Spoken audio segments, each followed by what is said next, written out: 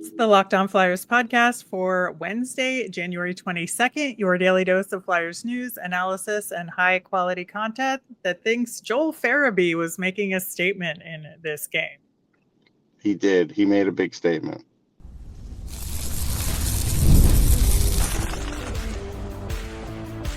You're Locked On Flyers, your daily podcast on the Philadelphia Flyers. Part of the Locked On Podcast Network, your team every day. Hey there, and thanks for making Locked On Flyers your first listen every day. I am Rachel Donner. I've been podcasting about the Flyers, the NHL, and hockey for a decade. I'm here with prospect expert and Flyers credentialed reporter for 19 years, Russ Cohen. To keep up with our latest episodes and Flyers news, you can find us at Locked On Flyers on all your favorite socials. And of course, here on the Locked On Podcast Network, your team every day.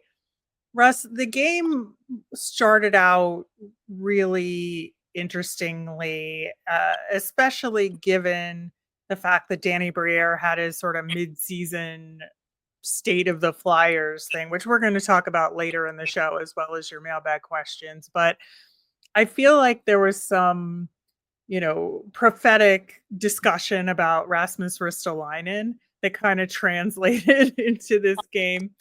But Joel Farabee obviously, I think, made one of the biggest impacts here. He did. I mean, it was a really big game. Flyers did a great job on Pride Night. Farabee was one of the big guys for that, so that was nice that he can carry that emotion. And I should mention that Scott Laughton was out for family or personal reasons, and sending our best wishes to him. I hope everything is okay. But since he is usually the carrier of the Pride Night flag, he passed it along to Joel Farabee to kind of handle the off ice stuff, and appreciate that from Joel Farabee. But yeah, it translated on the ice for sure. It did, but like Dylan Larkin was saying in the locker room, I mean, this was a sloppy game, and it was. This was, like you said off air, a lot like the Devils game. And so I do have a few things to chat about. The first one is Dylan Larkin was at around 75% on faceoffs. Like this Torts love of matching Cates up against the other team's best center is going to eventually fail. Didn't cost him in this game, but not a great strategy. I didn't understand why Risto was out there so much in overtime. Didn't make sense to me. He's not the fastest guy. I do. I understand it from the perspective of how he had been playing during the game. And I saw his play in the one power play of the entire game, which, by the way, great job by the Flyers to stay out of the box and not put this lethal power play on the ice. That was a great job. No question. Really, really great job. But Risto's play on the one power play they had, I thought stood out the most of anybody on the ice. And I bet that Torts was thinking, Risto's feeling it tonight. Give him some open ice and some good forwards to work with, and let's see what happens. All right. I mean, look, he got credited with the goal, but that was Alex Lyon's goal, really. Who knows? No, it was. I mean, I was watching it. I think he was the last to actually touch it, because we all thought Tippett scored it at first. But anyhow, you go to the net, good things happen, sure. Right. Detroit getting a point wasn't great for them, for the Flyers, because, again, you're keeping them in the race, too, so you're only gaining, a point on them. There were things like that. My feeling is this. It's good to get a win. They're on a little good run right now. They're still not getting regulation wins. But if you're going to play these games all like this down the stretch, we're going to say the same thing we did last year. You're not going to be able to keep it up. I don't know. I think, will it play games? I don't think they'll be able to play this way. I think in terms of how the narrative of the game, or like the progression of the game went, probably. I think that, the defense did a great job against Detroit for like 80% of this game. Yeah. Right. 85% of this game. And we saw, just like with the Devils game, like we were talking about earlier, at the very end, there's a flurry of shots against, right? There was at one point with like maybe only 6 minutes left that the Detroit Red Wings only had 2 high danger chances the entire game. 2. Sure, but how many did they have in overtime? Correct. And that's what I'm saying. That is exactly what I'm saying, is that after that point, in the last 5 minutes, things changed dramatically, and that's what was similar to the Devils game. They were Right. able to like hold them off. Sam Ersson made some key saves. They made some key blocks. But yeah, I thought the like possession in the overtime that went back and forth, like that was a lot. I That think. was.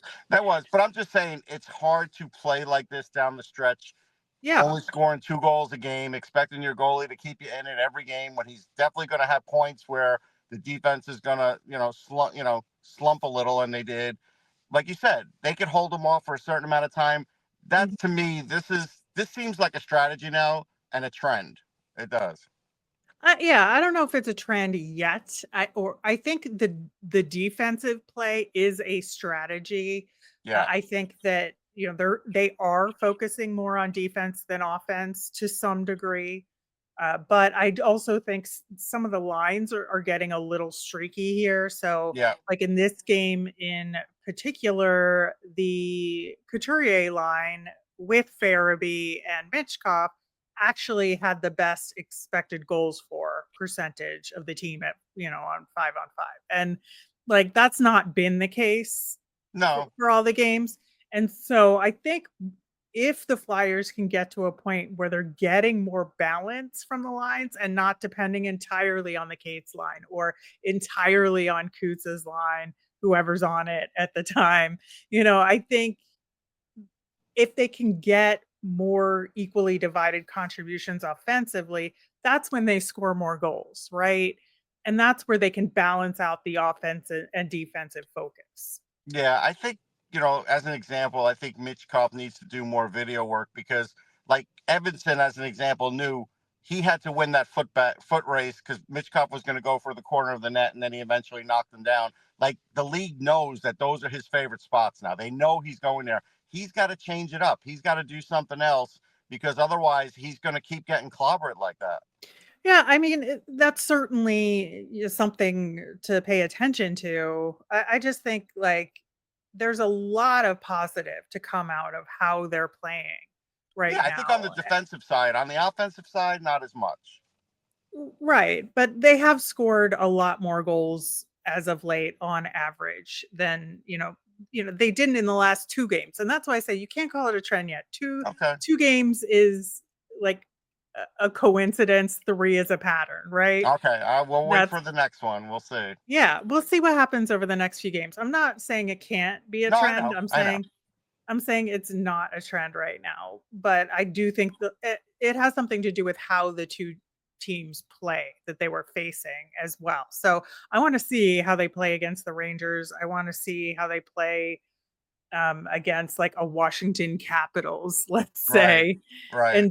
and really evaluate this a little bit further. But we talked before this game in the preview about the Red Wings having played more of a reactive game over their last couple of games before this one versus a proactive game. I definitely think they stepped it up and were more They did. proactive.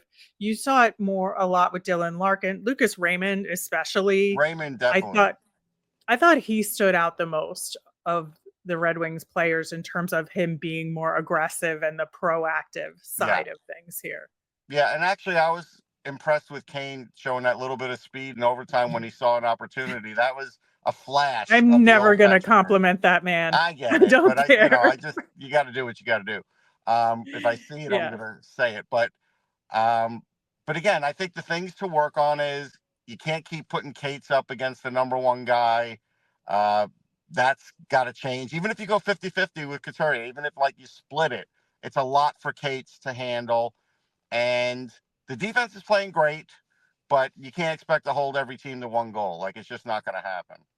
Yeah, I want to talk about Rodrigo Abols because he got his NHL's first start in the game. And, I think that he started off a little tentative and, he's on a line with Lixell, who he's familiar with from his time on the Phantoms, and Garnet Hathaway. And Garnet Hathaway, like, depends on which version of him you get for a game. That's true too. And I think the line as a whole started showing themselves like maybe a half to 2/3 through the game. I think so. And started being a little bit more effective as a unit. I think they got used to each other a little bit more because I think for Garnet Hathaway, like he's kind of gotten thrown around with, the injuries and, now Lawton's out. Like he's been playing with random people, right? He So, has. and to be fair to him, and I think Abols, like once he got his rhythm going and once this line started clicking, they got some really good chances. He was pretty aggressive on the forecheck as he Yeah, he was gained good on the confidence. forecheck. He was good in the corners. Yeah, Look, I think he had his lunch taken by Rasmussen on faceoffs, but yeah, for that's sure. something that's a learning curve for him. But I Right. liked what I saw as far as puck possession in the corners, fighting for pucks. His speed looked pretty good. Like he looked pretty good. He did.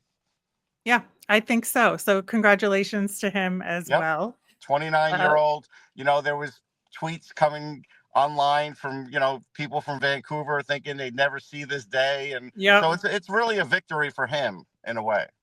and all of Latvia as well. Yes. Yeah. Let the flag fly. Absolutely. All right.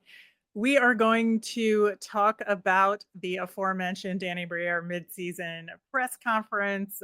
We will get to that coming up next. In sports, having a winning strategy is everything. It's how the best teams make it to the Super Bowl, the World Series, and the Olympics. And the same goes for life. Having a strategy like life insurance from SelectQuote can protect your financial legacy and keep your family's future secure. SelectQuote makes it easy to find the perfect life insurance policy. As one of America's leading insurance brokers with nearly 40 years of experience, they've helped over 2 million customers find $700 billion in coverage since 1985. What sets SelectQuote apart is their personal touch. Unlike other brokers that offer you one size fits all policies, their licensed agents tailor coverage to fit your unique needs. If you're in good health, you can even qualify for same day coverage of up to $5 million, no exam required. And it's more affordable than you'd think. You can get up to $1 million in coverage for as little as $20 a month. Get the right life insurance for you for less at selectquote.com/lockedonnhl. That's selectquote.com/lockedonnhl to get started. SelectQuote, they shop, you save. All right, on our next show, we will, of course, preview the big matchup at Madison Square Garden against the New York Rangers.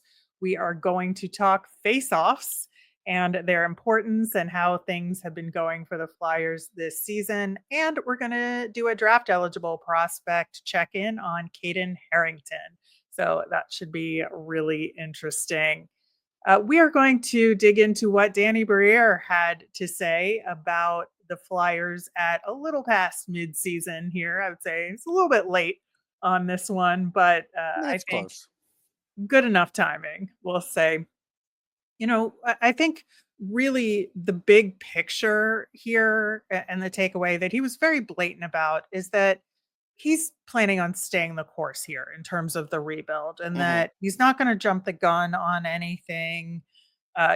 Take that as you will in terms of a good or bad. I'm just saying what he's Mhm. saying, right? So Mhm. he is still very unwilling to sacrifice sustained success for the future, for the chance at like a one-off year to make the playoffs or make a run. And that's just kind of where he's at. And then it seems like based on all that, he's going to basically treat this year's trade deadline the same way he did last year. Okay, I'll take him at his word, but at his word, if that's the case, then you should be able to move Ristolainen at the deadline. Like that shouldn't be a problem. Well, I think it's interesting because Well, there's word out there, like Neil Smith tweeted that Danny Briere is getting calls on it, and so far he's pushing them off. So what does right. that tell you? If he's pushing it off, how is that still a rebuild? I'm Well, getting conflicting messages here. I don't know that it's conflicting at all. I mean, Briere said flat out himself that he was getting calls on Risto and that, Hmm. he wants to keep him because of his level of improvement, how he fits well in towards his system and Okay, right there. all of Just that. stop. So But he's taking calls and it seemed very clear to me that for the right offer, he would deal him. okay, what he's basically saying is, unless you bowl me over with an offer, I can't tell Torts that I'm trading him. That's what he's saying.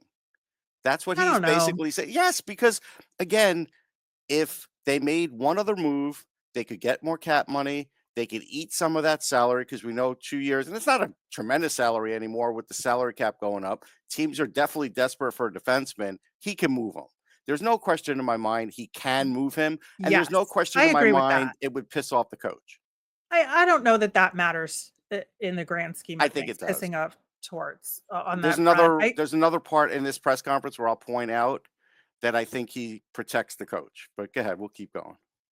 Yeah, I mean, to me, it's that he wants a little bit more than he might have gotten otherwise. But I think there's another thing going on here because last season, when they traded Sean Walker, who was on an expiring contract, but Rich Stowe is not, by the way, just as a reminder, like we saw the Flyers' defensive play break down a significant amount when Walker left. Okay. And I'm not saying that Risto is as good as Walker. Right. They're different kinds of defensemen for sure. But I do think if Risto were to be traded, the Flyers' defensive play would suffer as a result. And I think there's something to be said for wanting to have that structure maintained for the remainder of this season. And so, yeah, he's going to take calls.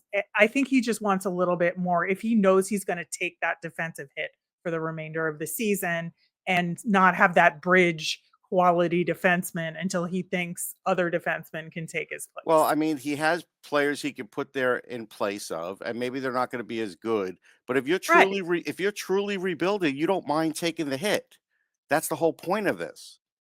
Yeah, I think he didn't mind taking the hit last year, but I think he does this year. And you Yeah, can say that's good or bad, but I think that's what's going on. that's fair. So, we'll see, but it should be interesting to keep a watch on that. He wasn't willing to really make a big move on anything else, much like last year, Mhm. whether it's for a center, because there aren't guys out there that you don't have to pay everything you own in Of order to course. I get. mean, but that's the And we all world. know that, Yeah. right? We all know that, and I think he just had to say it out loud because he was asked, but Okay, it's kind of an assumption on that's that fine. front. On Scott Laughton, again, same attitude as last year. He's not a rental with one more year on this contract. So it has to be a super stellar deal to trade him because he's a leader on the team and everybody loves him in the room. And I don't know that that's a big deal given Lawton's contract. And yes, he's good to move around. That being said, He's if he eminently gets that tradable. if he gets that stellar deal, he should take it. Okay, but here's the reality of life. You don't always get a stellar deal. If you want to tell me that Risto's a bit more of a commodity because defense is short in the league, fine. Yeah. Scott Lawton's really not a commodity. He's No, worth I more know. to the Flyers. I know. Yeah. That's the whole thing. I agree. But I'd say if you get the stellar deal, take it. But I agree with you that I don't think it's out there for Scott Right. Laughton. Right.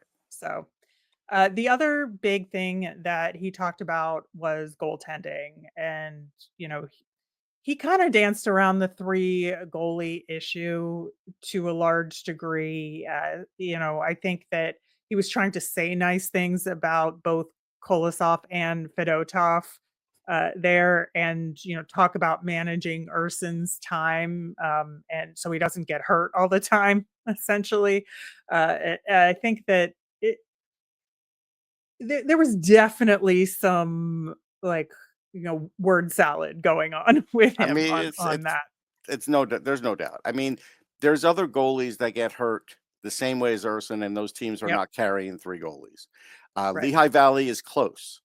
So other than going on the West Coast or some 10-day road trip, which they probably don't have anymore, you can just call them up and down as you please. Or if nothing else, do the paper transaction so you free the roster spot so you could have other guys Save come the up cap money. I and mean, save my the cap God. money, anything. Like it's just Yeah. there is something else going on here that he's not willing to say, and that's fine. But it's not a normal situation. That's why I just want to point that out. Yeah, it seemed very clear to me reading between the lines that there was some sort of backroom negotiations happening that Right. have not been resolved. Right. And that's all he could say at this point, that he's Right. looking at options, quote unquote, because what else is he going to say? There's when not he a has lot of no options here. answers? You know what the option is? You call him, you send him down, And if Call him on Erskine his gets bluff hurt, and you call him up, and that's it. That's yeah. the option. And then you could free up another roster spot. That's what you do. Yeah. Now, when he was talking about prospects, I think that, you know, he expressed his disappointment in Team Canada, much like we did, I in get terms that. of how the Flyers prospects were used in that hmm tournament or not. He didn't even mention Bjarnason, like not playing him, which, Not you know, registering him, not even not yeah, playing him. He didn't even get registered. yeah, yeah. So, at Technically, least, that's worse than what happened to Luchanko. A lot worse. yeah, yeah. So at least Briere is on the same page as all of us. Like, Yeah. what is Team Canada doing? So that was a good thing. Yeah. As far as dancing around the Lehigh Valley issue, and as far as prospect development there, I was impressed that he knew that Emil Andre was hurt and his injury He status. gets the To be report on honest, his desk. Yeah, I he know, knows. He knows. I know, and that they're hoping he returns this weekend. We are too. He's mentioned the same two other defensemen that he mentions every single time he's asked about them. And I think like he's right on Helge Grans that he's playing well and He has is. developed well. But I think he's saying that because he has the knowledge of the call up to the Flyers in hmm some ways. hmm Because he went straight back to Hunter McDonald for his other player, which we know and we have talked about ad nauseum that Hunter McDonald is doing nothing Right. in Lehigh Valley right now. And I'm not saying he's bad, and I'm not saying No, he can't get better. there's a I'm big just development saying curve here. That's what we're he saying. has, yeah, and he has not made significant progress this No. season whatsoever. And is that bad? Could be down the line. It's not now. It's Right. fine. Right. But like, don't call him out as progress Yeah, when don't keep hyping it's him. That's the problem. no, no, I haven't don't do found that. one person outside this organization that feels like he's worthy of hyping, by the way. And I Nope, talked to some people, definitely prospect people. I can't get a take on nope, him. nope, nope. So that's the thing that bothers me is that he keeps, going back to the Going same back to the well. well. Yeah. Yeah, of the same names that without any context or actual validity Right. or feeling like he's watched them play and can actually evaluate them. Right. So that's my one concern there. Now, on the contracts side of things, I thought it was interesting that they have not had any discussions yet on the RFAs, but he seemed to express that all four of the RFAs they plan to have as part of the Flyers' future, and he didn't name them specifically, but But it's we know who they Cates, are. Frost, Forster, and York are those guys. Right. So I want to mention Frost because, Hmm. he said, yeah, he needed a better start to the season. Okay. Uh, Here's my rebuttal for that. He had 4 points in his first 8 games. In that 8th game, his minutes started to get dropped to 11 minutes.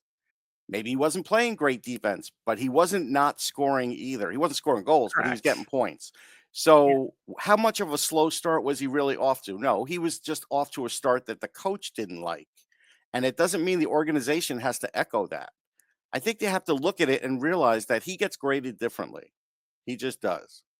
Yep, I agree. I agree. He talked about some other minor things, I think, but all in all, the big picture issue was stay the course. We're still in a rebuild and we're going to continue along this path. And, Okay, but we'll here's the one we'll thing see what about that. happens at the trade deadline, Right. right? Here's the one thing about that. He says that, but the coach is not doing that. And again, we are going to be in the same place as last year where a lot of these guys are not going to get opportunities until late in the season, meaning the other players, Grans, other guys who've only been up for short times, you know, players like that, even Lixell for a long period of time. They're not going to get a chance until Torch decides they're out of the race, which might not be until the last week of the season. And again, that's not truly how you develop or rebuild. So I understand there has to be an element of success. Sure. But there is a point in the season, like those last 20 games, where you really have to put these guys to the test, see where they're at, and see what you're going to do for next year. And you can't do that when you keep relying on veterans and hoping you're going to make the playoffs. Like that's not the way it's done. I'm Or sorry. demonstrate what they can do for potential trade partners. Correct. That's the other Yeah, aspect that's the of other it as aspect. well. Yeah. Yeah. All right. Well, to be continued with Danny Briere and team management. Coming up next, you all have some great questions for the mailbag. We'll get to them next. From the first whistle to the final drive, FanDuel makes the NFL playoffs even more exciting. Right now, new customers can bet $5 and get $300 in bonus bets if you win your first bet. That's $300 to keep the action going. Again, just keep going with the Kansas City Chiefs. Everybody complains about them, but they're trying to three-peat, and it looks pretty good. The FanDuel app is easy to navigate, and the variety of bets keeps every game exciting. Plus, when you win, you get paid instantly. No waiting around for your winnings. Whether you're betting on your favorite team or just looking to add some extra excitement to the playoffs, FanDuel has you covered. Just visit FanDuel.com to join today and get started with the $300 in bonus bets. That's FanDuel.com. Make this playoff season unforgettable with FanDuel, an official sportsbook partner of the NFL. All right, digging into our mailbag here. Clobberin' Time, which, by the way, is like a great username here. It I am a is. huge Ben Grimm fan, so love that username. Uh, do you think it would be possible to get Nemeth or Casey from the Devils? They're stuck in Utica, and Nemeth is especially frustrated not being in the NHL. Yeah, they have plans for Casey. I mean, there's no question about that. And he Like looked good to keep to him. keep him. The Yeah. Nemeth, they could be bothered to the point where they do trade him, but it is going to cost you even more than what Minnesota paid for David Juracek. So you have to be prepared to Hmm. do that. And honestly, I don't think it's in their best interest to do that right now. I would say wait it out and see if it gets even uglier. Yeah, and then maybe the price goes down a little bit Correct. too at Over the that summer. point. Yeah. Yeah. Got a comment on Blue Sky from Thomas, basically kind of echoing some of what we've been talking about with the Phantoms, saying, nothing in this minor league system but ham and eggers. And, I get that to some degree here in terms of there aren't any exciting prospects There's nobody working their way up. exceptional. Like, he's right about that. Yeah. Yeah. He And so you need some guys like the ones we have and the ones they're developing in Lehigh Valley, like your Helge Grants, for Right. instance, right? I just think that there's something to be said for what they do have to some degree, but it is really frustrating to not having an exciting prospect to look forward to coming up. And I think Emil Andre has been that to some degree, but with him out and hurt and the back and forth, it makes it harder to get excited about him. So I can relate to this. No, I can relate. I mean, Andre comes close. In the grand scheme of things, it's not when you're talking about other teams and around the league. For the Flyers, yes. Because, you know, Lehigh is not barren, but it's close. And Tuamala is failing miserably. And so Hmm. those are the things. Now, next year, there'll be a bit more, but is there enough there right now? No. And even next year, they're probably still going to be a little short of that. It's still I the think process is, Bonk will be it next year, right? yeah, Bonk will be it. No, Barkey too. Oh, yeah. Yeah. Those two. And that'll help.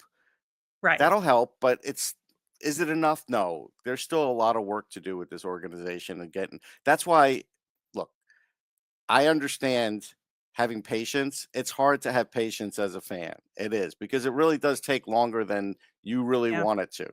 I know. I know. I get it. And we watch every single Phantoms game. So we get the frustration because sometimes they're difficult to watch. Larry asked us over on Blue Sky or commented that Jett Luchanko being named captain of the Guelph Storm sets him up to stay in Guelph again next year to develop his offensive game and lead the World Junior team next year. So, do we think that that's how it's going to play out? I'm hoping not. Just because he's captain of Guelph doesn't mean he has to stay there. They could trade him. He could lead the World Junior team even if the Flyers put him on like that Shane Wright program where they just Right. play him a little bit, rest him a bunch of times, goes to World Juniors, he plays, and then he goes back somewhere, whether he gets traded or not. That's not ideal, but it's happened. So I wouldn't say it's a definite yet. Yeah, I think it'll be interesting to see if the Flyers can put a little more pressure, like we talked about Yes. recently on the show, in terms of getting him to a better quality junior team at Yeah. least. And if they can do that, then they can let him sit in juniors for a little Absolutely. bit through, World Juniors next year Yep. at the very least. But I think it's, just it's a wait and see in terms of the off season for the OHL at this point. Our friend Chris Berry commented, enjoyed the shows. Thanks, you two. I was watching a discussion about the NBA and how viewership has sharply declined. Can you discuss the future of the NHL? To me, the league has become too commercialized and focuses more on numbers and money than previously. Have they strayed too far from the things that made the league great or enjoyable to fans? Well, all right. So I think one of the things that could be hurting them, it's not hurting them in the pocketbook, but having so many broadcast partners does muddy up the picture as to viewership and who's going to watch a Yep. particular game at every night. I don't know every night how to watch the Flyers as an example. I have no idea sometimes. And I'm pretty plugged in. So there are times where I'm just floundering around looking for games. And I have a lot of different options, more than most, and I'm still floundering around. So I think that's part of it. I do think the talent is there, the Bedard, Celebrini. I mean, if you have a way of watching Macklin Celebrini, I think you would be very excited to see what he could be. Maybe just not against your team, but just in the league. So I think they're still getting that influx of talent. I think it's just the massive broadcast partners that's a problem. Yeah, I think that's the biggest problem. I think you're right there in terms of the breadth of the broadcasts, and the blackouts are killing Right. us. Oh yeah. They're absolutely killing us as fans, especially people are mobile these days. People live outside of the market Correct. where of the teams they support more often than ever these days. I've And heard a I lot of think, people say, I know these couple of games are on like ESPN Plus or something else. I'm just not going to watch those. I'm just going to watch the others. I've yeah, heard people and, tell me that. and there's too many streaming services and you have to bite the bullet and cut some of Right. them. So sorry, ESPN, Hulu, I Right. can't watch those games. And, you know, I think that they still could be doing more in terms of highlighting, from a marketing perspective, the individuals and the personalities of the game to draw more people in. But I do Well, there think is one other thing. everything is so fragmented. It's Yeah. hard. If you count YouTube viewership, the allowance or sharing of videos is being very restricted these days. I hear a lot of complaints about that. Yeah. And that is a viewership of online, right? It's online viewership. So that could be an issue too. Yeah, I hear that for sure. The last thing is a comment, not really a question, but we were talking about one of the prospects Russ interviewed at, I think it was the All American Prospects game, who's going to Vermont. Oh yeah, yeah, yeah. That was Caden. Caden, right. And so you had suggested something about Ben and Jerry's being Yes. like the official ice cream of I just said, is Vermont. it possible to live there and not like Ben and Jerry's? And he told me it was Right. not possible. Yeah. So Todd commented that McConnell's is better than Ben and Jerry's. Oh, And like, that is a, controversial statement there. I have never he might be had right. I just McDonald's. have never tried it. Yeah, I'm happy to try ice Me cream too. in the name of science Absolutely. anytime. Yeah, I'm with him. I'm gonna take him up on it next time I'm there.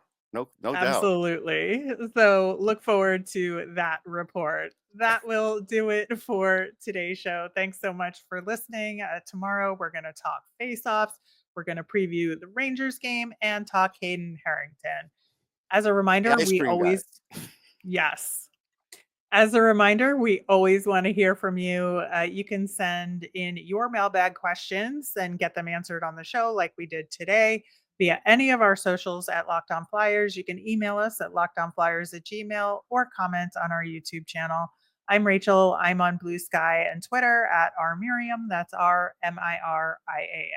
I'm Russ. I'm at Sportsology at those same socials, SPORTSOLOGY. Thanks for making Locked On Flyers your first listen today. For your next listen, find Locked On Fantasy Hockey. Become a fantasy hockey expert. Get the edge over your league mates with daily tips from Steal and Flip. Find Locked On Fantasy Hockey on YouTube or wherever you listen to podcasts. Have a great day, everyone.